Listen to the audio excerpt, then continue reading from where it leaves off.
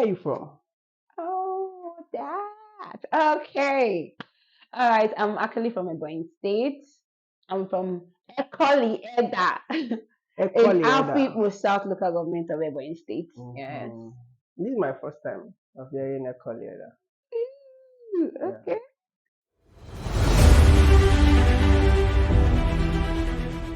While you were talking, you said you study mathematics. Yes, yes, I did. And I know mathematics is like one of the hardest subjects that we hear people say in school, secondary school. Why decide to now study it as a course in the university? So was it that you're that good or you just love it? Oh, okay. Yeah, I thank you for that question. Okay.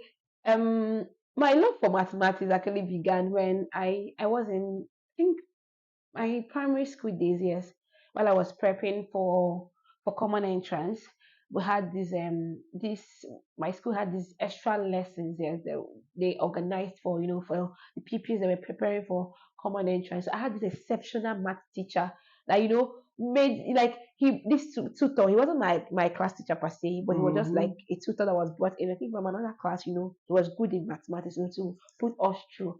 Like the way he handled circumference of a circle, the way he handled them, circumference of a circle, where he handled them, like things that were so hard. Like before then, I never really loved mathematics. I was actually good. I was the those A students, really smart pupils rather in back then in primary school. But math wasn't as, I don't think math as difficult. But I didn't just do it from a place of love. Then I was doing it as, oh, maths is compulsory. You have to something that you have to pass. If you don't pass it, my father will. So I just, but it was until it was when I got to primary six, yes, or primary five, I think, yes. The tutor brought this subject to life. Mm. You know, when I commune with numbers, I come alive. For me, it's a communion. Yes, yes. It's like an intercourse, like an intimate thing. So Not for when me. I Not for yes. me. Not for me. So when I'm dealing with numbers, like there's this joy, there's this satisfaction that comes with it, and I'm like, wow, this is beautiful. And from there, getting to secondary school, I had like exceptional math teacher. There was one that actually stood out for me, Mr. Elendo. He was my final mathematics teacher then, and I think he also taught us computer science. This man was really good. Like when we say a fee way, a fee co, that's it, right? A No, few way. a fee way. Like this man was really good in the subject. He breaks it down to like the point where you are, oh, this is so simple. So the fact that he studied mathematics and he was very, very good at what he did, I was like, wow, this is beautiful.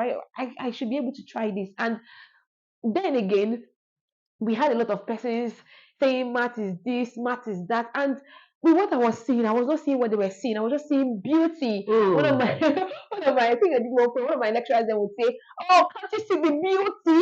Say Mm. yes. And back in secondary school, I was seeing the beauty. I was seeing the beauty. So I was like, "Oh, if this man can do it, I can do it." And with the fact that people were saying that math was difficult, and we had a lot. I went to an all-girls secondary school, yes, and we had a lot of ladies say, "Oh, which math?" Or I today, wanted to, oh, yes, I okay, by wanted to me. be the exception. I wanted to know. I'm the type of person that, like, when people say things are difficult, I want to go and try it out. See what is even difficult about these things. Indeed. When Esther say, if I die, I die. If I perish, I Oh, perish. you The want to spirit of the die? queen. That's that die hard spirit. So I think that's just me. I love, like, Yeah. when I want to take decision, when I want to do something, I'm determined. I'm going for it head on. If we die, that like that die hard spirit, that's if we perish spirit. That's what I go in with it. So Mm. when people were saying this course is difficult, and I was like, no, I will be the person. I will be the exception. Not one person that will say this course is not difficult. And I'm going to be honest with you, it was an awesome experience. I'm not trying to say that math is not difficult. I would say things are actually relative. It's not an absolute. You cannot just say it's difficult, like, Mm-hmm. relatively. But for me, while in university, I actually came across some difficult parts of it, which were more of abstract. And for me, I was coming from a place of wanted to apply maths in real life. So, but then University of Ibadan, there was nothing like applied mathematics. It was just pure mathematics. So, and I told myself, we're going to UI, first and the best. So we're not going back. So I had to like go for it. And I'm going to be honest with you, it was an awesome experience spending 4 to 5 years in uni studying mathematics, exploring different concepts in mathematics. Like it was amazing. It was really, really amazing. And it was worth the wow. So Yes. guys, you've heard it. Math is not really difficult. It's not actually. I think, Can I come in? Sorry. yeah. So if we're actually like saying math is difficult, life itself is life easy. Life is also difficult. There's Mm, nothing in this life that is easy. Whatever career path you're taking, whatever course you want, even if it's your dialect, some persons cannot even speak their dialect. Even if you want to like, I want to go and study Igbo as I'm an as Igbo girl. I want to go in, and study Igbo. You are Yoruba. I want to go. You will still get that. It's like there are things like mm, concepts that you're not familiar with. So you cannot just say this is. I feel we labeling things difficult. Per se, it shouldn't be sends that way. it sends a signal to your brain, Yes, to your body that okay, it makes you like it's just the law of attraction that what you want you get. comes to you. It Yes. comes to you. Whatever you think in your heart, that's what you become. You understand? So if you have programmed your mind that something this thing is difficult, it will start acting difficult to To you. you. Yes. But if you say, I love this, I will pass this, I will succeed in this, as you are calling forth, you are Experiencing that confessing it, too. those things will start happening to you. True. So, True. young people, please start having a different perception. Eh? Yes. Not Show just some affinity to mathematics not or just any every other. affinity now, not just mathematics now, just life in general. Yeah. Yes, every aspect of life. Yes. So, thank you so much for that. Thank you, sir. We are really enjoying this conversation. Thank We mentioned a lot about helping underserved communities you. and girls. So, can you tell us more about those social impact? Okay. Actually, I've always had this, passion for people. Yes, as a child, I think then in um in my church, my local church, my home church, I and my friend, we actually began my local church children department. I had always wanted to like help people, especially children. Like I'm actually passionate about children. So whatever. So then growing, I think I was just 16 or 15. I felt there was a divide in church, or adults to go to church and hear the word of God. Children will just finish on this and be running up and down in the compound, church premises, and so something The like that. So word I is felt not meant for them. something like that. So I think that was where the whole thing began. So I and my friend, we kind of did one or two, just we started the children department in my church, and from there I left there. I came to school, and I think I was involved in a few community programs and activities in school. But then it's fully emerged.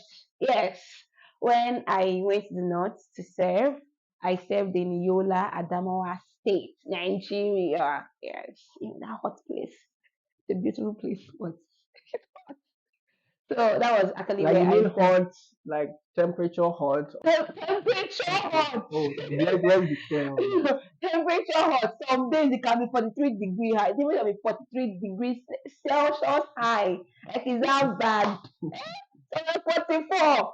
Please, let's not go into that details. Maybe worry to them of bringing you Mm-hmm. stories from the north. Don't worry. One day we'll dive into that. So it actually began yes when I went to camp. I went to serve. So I joined the we had like a 4 days SDG training.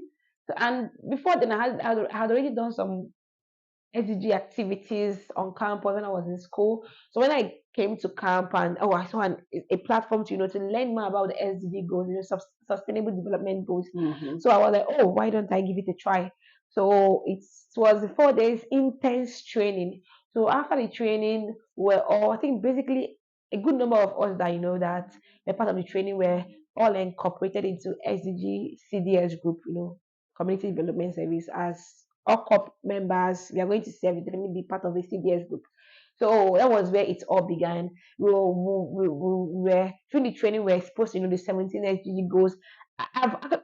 before then I had always known about them, but they didn't really come to life. They didn't like become a part of me. They didn't like resonate so well with me until I went to the north. I saw people suffering. I saw there was so much divide.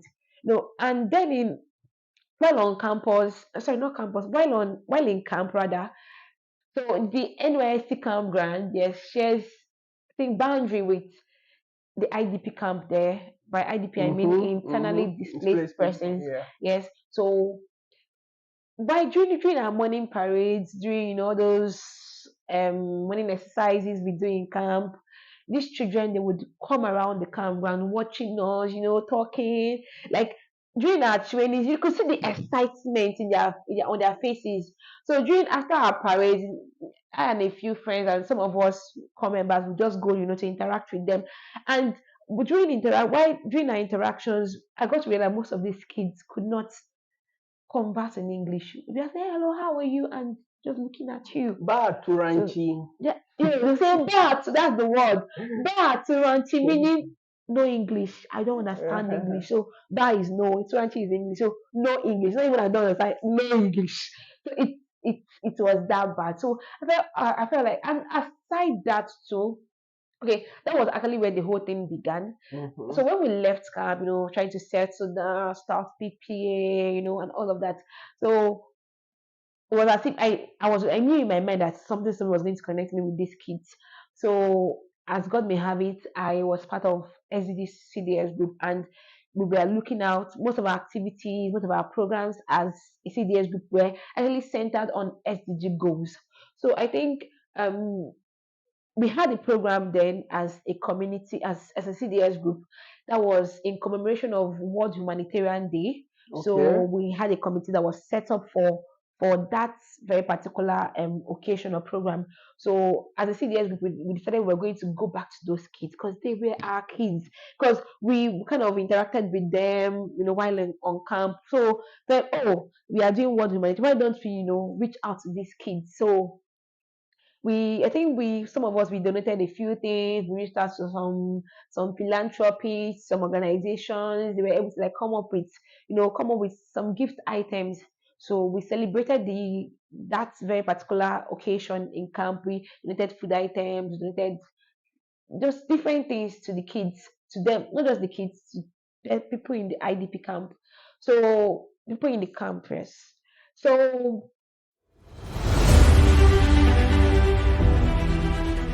So what I'm just trying to say is, okay, you are young, you are energetic, you are purposeful. Give it your best shot. There are times when you get to in life where you be like, I don't have energy for these things. A lot of times. There are things you won't be able to do when you are, you must have passed your maybe 35, 40, 50. I think you cannot come back and be doing. So give every single thing your best shot. While on the journey, while on the process of trying out things, you will find yourself. Yes, I promise you will find yourself.